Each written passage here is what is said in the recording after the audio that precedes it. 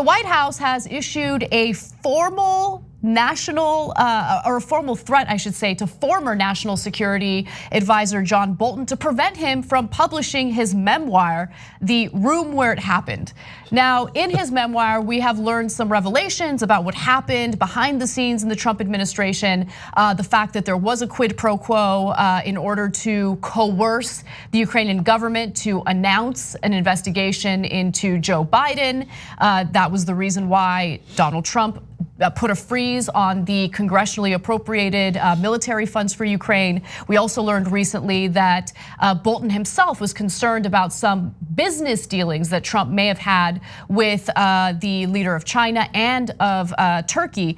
So Trump doesn't like all this stuff. And now we're learning that there is a concerted effort by the White House to prevent Bolton from publishing this book. In a letter to Bolton's lawyer, a top official at the National Security Council wrote the unpublished manuscript of Bolton's book appears to contain significant amounts of classified information and couldn't be published as written.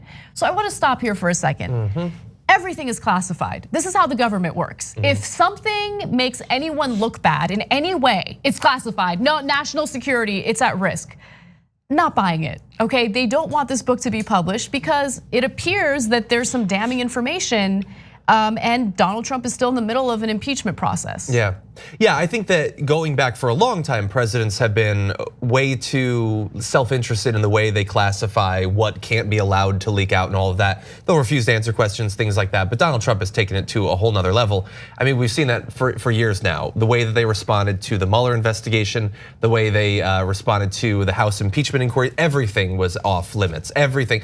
I mean, even there were Trump he was answering questions about who he'd like to testify. And of course, he wants everyone to testify, Mulvaney and Pompeo and all of them. But they all deal with national security. That's their job. It's not even that they would say a specific thing that was classified. It's just that they work in the area of national security. And so of course they could never testify, which means that if you're gonna commit a crime, do it in the area of national security, because then you never have to answer any questions. It's extremely convenient. You don't even have to do it in the area of national security. They'll just cite national security as the reason for classifying it. Look, what Hillary Clinton did with the emails was wrong. I don't want to relitigate all of that. But the one thing that was shady was how those emails were retroactively classified, right? And so things get retroactively classified that weren't even classified in the first place. I'm bringing that up as an example of how things get classified for political purposes, not necessarily for national security purposes. So let's give you some more details about this letter, this formal threat to John Bolton and Simon & Schuster, the publisher of the book. The letter, which is dated January 23rd, said some of the information was classified at the top secret level, meaning it reasonably could be expected to cause exceptionally grave harm to the national security. The manuscript may not be published or otherwise disclosed without the deletion of this classified information, the letter read. And I wonder, like, to some extent they don't want the book to come out. Obviously, it's gonna be critical of them. But the like sort of overly broad threat there, I wonder if it's designed to also preemptively threaten media outlets that might publish more leaked material that might come, especially if that leaked material was to come about as the result of him realizing he's not gonna be able to publish it the way that it is right now, but still wanted to get some of it out. This is sort of a threat to CNN or the Washington Post or whoever that you can't publish it in any form. There was some vague language there. Right, yeah, that's a really good point. Oh, and really fast, the thing too is, look, there could be things in books written by people who used to work in the government that shouldn't be allowed to be released or whatever. And John Bolton was the national security advisor. If someone was going to have information that could be damaging, there's a good chance that he probably would. But from everything that we know about this book, he is describing basically what was done to his staff, what was done, like obviously in pursuit of this quid pro quo.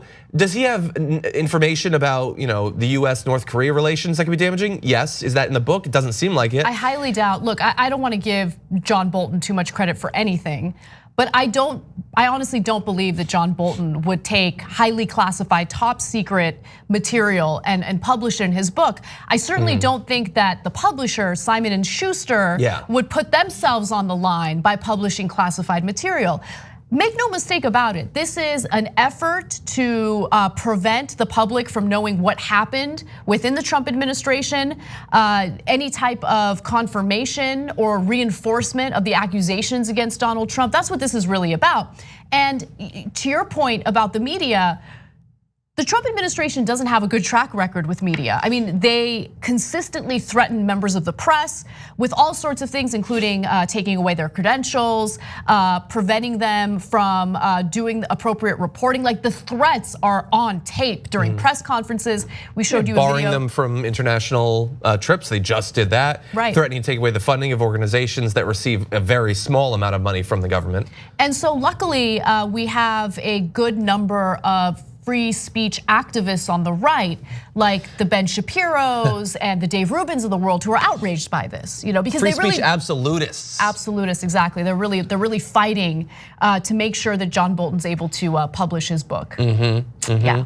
If John Bolton rebrands himself as a young alt-right influencer, right, and gets barred from speaking at a liberal college campus, maybe they'll defend him. I mean, if John Bolton wants to revive the role of Apu on The Simpsons, well, I mean, Dave Rubin's looking to defend you, okay? Is that really an issue that he opined on? Yes, of course. Oh my God. Of course. But anyway, one other part of the story that I do want to share with you is, as we've previously shared, the Trump administration is going after Bolton. They're being pretty vicious about it. Donald Trump himself recently tweeted a bunch of nonsense, but I do want to share one tweet with you because it really does just show you how unhinged this man is and how he'll turn on anyone who has the audacity to hold him accountable for his criminal acts as executive in chief.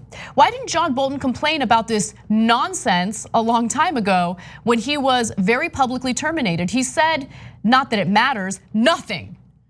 But he's saying something right now, I mean, through his book, and he seems to be itching to testify, and Donald Trump has already said that he'll use executive privilege to block that from happening.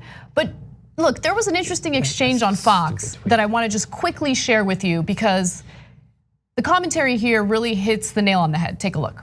We know John, he used to work here. He is a very intelligent, strong-willed, meticulously honest person. By the way, he was a conservative icon until he wasn't. He was a conservative icon until 2 days ago. Right. Now the things they're saying about him, it sounds like they're talking about Nancy Pelosi.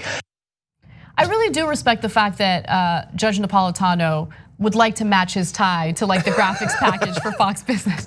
No, but his commentary there was absolutely correct. I mean, he's like, John Bolton is part and parcel of the conservative establishment. Everyone loved him, from the media to conservative politicians, and now all of a sudden he's public enemy number one. Yeah, Lou Dobbs is calling him a tool of the left.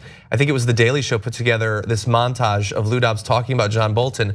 He said nicer things than I've ever said about anyone. Like, he loved this guy up until a week ago, but there's no, like, the sort of the thinking on the right is not flexible in terms of evolution or learning.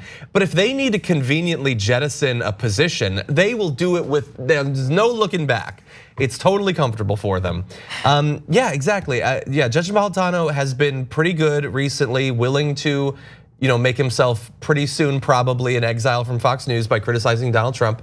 But he is right. The things that Donald Trump just said in that tweet, it's so absurd. Not that it matters, but you're tweeting about it, you're implying that it matters. And he says, why didn't he talk about it earlier? We found out today that he did. He apparently talked to a senator earlier, which we'll get into. He also talked to William Barr. According to the book, he raised concerns to William Barr. And even William Barr responded with concerns about how Trump might at least give the appearance that he has some sort of deal, personal deal with the leader of China. Yeah. So, I mean, look, when you're dealing with criminal activity, which is exactly what Trump was engaged in, and that's according to the Government Accountability Office. They released a report on this saying that Trump absolutely did break the law.